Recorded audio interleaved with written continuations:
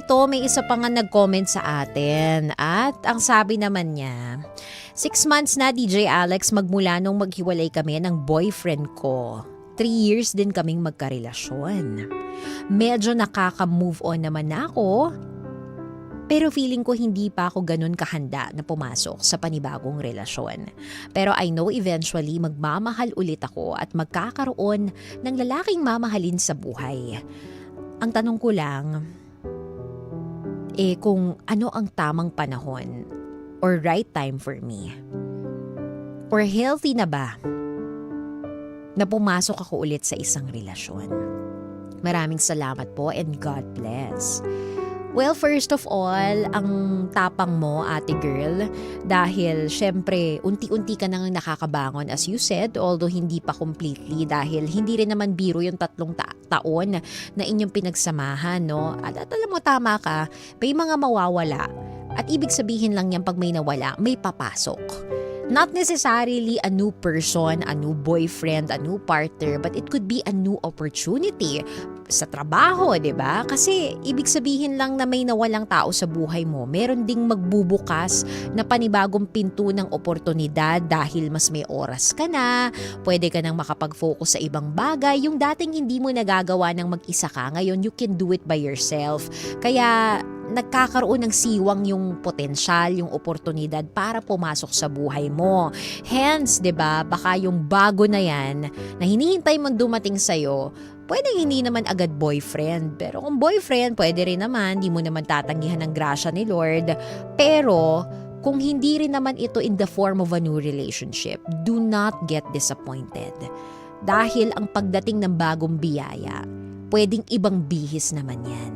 Pwedeng hindi na ito sa katauhan ng panibagong lalaki sa buhay mo, pero pwedeng panibagong biyaya na makakapagpadala sa'yo ng, 'di ba, blessing financially, sa career mo, mas uusbong ka. I-enjoy mo rin muna siguro yung oras at panahon na mag-isa ka. Because being alone, hindi naman nangangahulugan na malungkot ka kaagad eh. Yan kasi ang misconception hanggang ngayon, na kapag mag-isa parang, sana all, na parang tayo lang yung taga-ganon sa gilid. Hindi. Alam mo, minsan nga pag mag-isa ka, mas masaya kasi mas may freedom ka. Hindi dahil suwail ka o nanloloko ka kapag meron kang karelasyon, pero mas nagagawa mo yung mga bagay na gusto mo.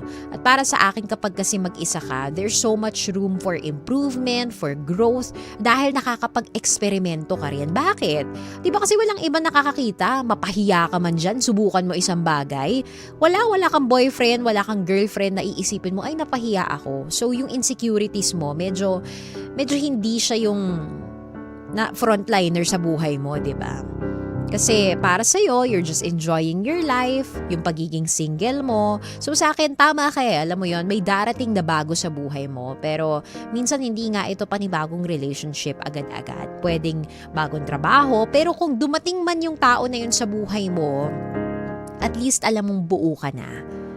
Kasi nagawa mo na yung mga bagay na gusto mong gawin nung malaya ka, nung panahon na ikaw pa lamang mag-isa. Tsaka diba, iba yung strength na nabibigay sa'yo niyan. Yung realization na, at the end of the day, lahat ng tao pwede kang iwanan. Lahat ng tao pwedeng magbago ang isip. Lahat ng tao pwedeng mag-iba ang desisyon. Pero at least alam mo na ganun man ang mangyari, you will never lose yourself. Ikaw pa rin yan. And there's so much strength in that.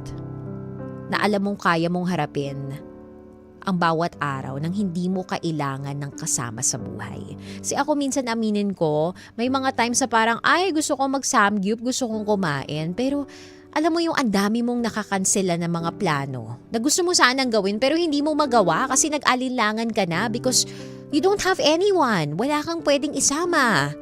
At minsan mapapaisip ka, siguro mas masaya kung may kasama, kung may katuwang. Alam mo, totoo yan eh. Pag-usapan natin yung mga pros and cons. Kung may partner ka na ngayon, okay din yan kasi syempre, di ba, meron kang mapaghihingahan ng mga problema mo sa buhay, mapagbubugahan ang sama mo ng loob. Pero kung nga ang suggestion ko, kahit na gaano kayo ka-close ng partner mo, it's okay to have an open communication. That is a must. Pero wag mong ibuhos lahat. You always go to a professional pag sa tingin mo, grabe na yung mental health mo. Kasi minsan, alam mo yon, hindi sila ganoon ka-equipped. Kahit gaano kanila kamahal, hindi sila ganoon ka-equipped to receive yung emosyon mo, yung bigat ng nararamdaman mo. So, it's always best if you consult a mental health professional kesa isangguni mo lahat sa jowa mo.